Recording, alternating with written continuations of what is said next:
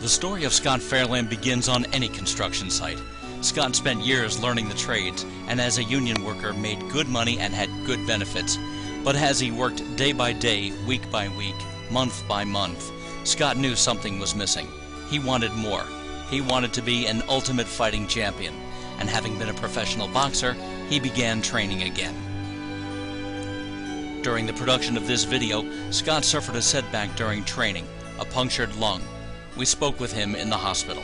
I've always had a love for it, but it really didn't start with UFC. I had a pretty extensive boxing background for the most part. I boxed a little over 10 years pro. Winning the Golden Gloves, the Diamond Gloves. Waited for a fight, leading up to that fight on September 24th. I thought I was in the best shape of my life. After several years of balancing his construction jobs and his mixed martial arts training regimen, his quest brought him to AMA in Whippany, New Jersey, where he met trainer Mike Constantino and got several sponsors. Scott was on his way to becoming an ultimate fighter. What's his favorite thing to do in training? Give me a story about it. Boxing. I mean, Scott's a stand-up guy. He's 6'4", he's a southpaw. He likes to throw that jab. He's very good with his jab, and then rip behind it a power uppercut or a body shot. Just to see somebody's reaction. So, in the beginning, I had to tell him to take it down a little bit because he doesn't realize how big and strong he is. At age 33, Scott made his mixed martial arts Ultimate Fighter debut on September 24th, 2010, and he was on his way. Yet 2 weeks later, he felt like he was having a heart attack. His family pleaded with him to get checked out. My arms went numb. I was, pouring sweat.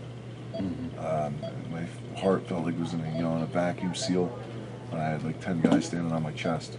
And like an omen, my sister called, and I was talking to her. She's like, "You're not making any sense." So she said, call mommy. So I called my mother, and after speaking with my mother, she said, you got to call 911. When Scott was diagnosed with slow-moving chronic myelogenous leukemia, everything changed. But his first reaction was already in his nature: fight. It's in my marrow. It's a slow-moving, form of leukemia. But it's what it does is it produces massive amounts of white blood cells that don't mature. So they take up all the space for where your good white blood cells, actually are.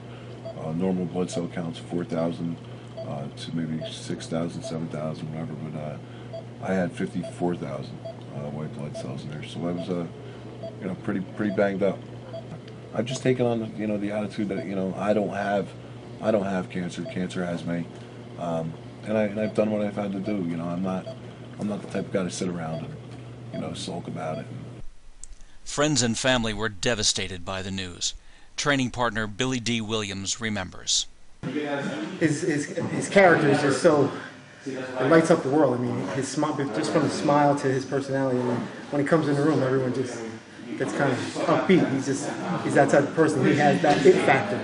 30 pills run you roughly about $2,000. So, and you do the math. Unless you don't plan on living too long, it can be quite expensive. Friends and family have rallied to his aid. Scott's particularly grateful for the effort by Billy D. Williams. I just took it upon myself to donate all my money to Scott for his leukemia treatments.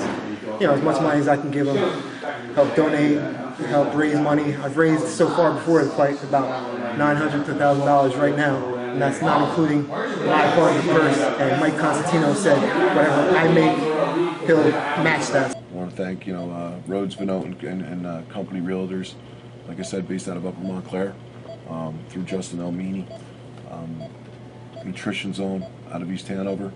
They've been real supportive, and as well Pump CrossFit and Performance. They've also done a lot to help me out. Although Scott's training setback made him unable to compete on April 25th, he's planning to get back into the cage real soon. It's what I do. It's what I do. It's what I love to do. It's what I know how to do really well. I mean, you wouldn't tell Picasso to stop painting, right? We all know somebody that's got cancer or had cancer, or have somebody that's going through cancer in their family, and it's difficult, but it's important to stay positive. You see so many young kids go through it, and the reason why they go through it, and and they beat it half the time is because they don't know any better. You know, they haven't seen the devastation that it can cause. You know, and that's important. I think if you maintain a positive outlook and you stay positive throughout it, I think it's more mental than anything else.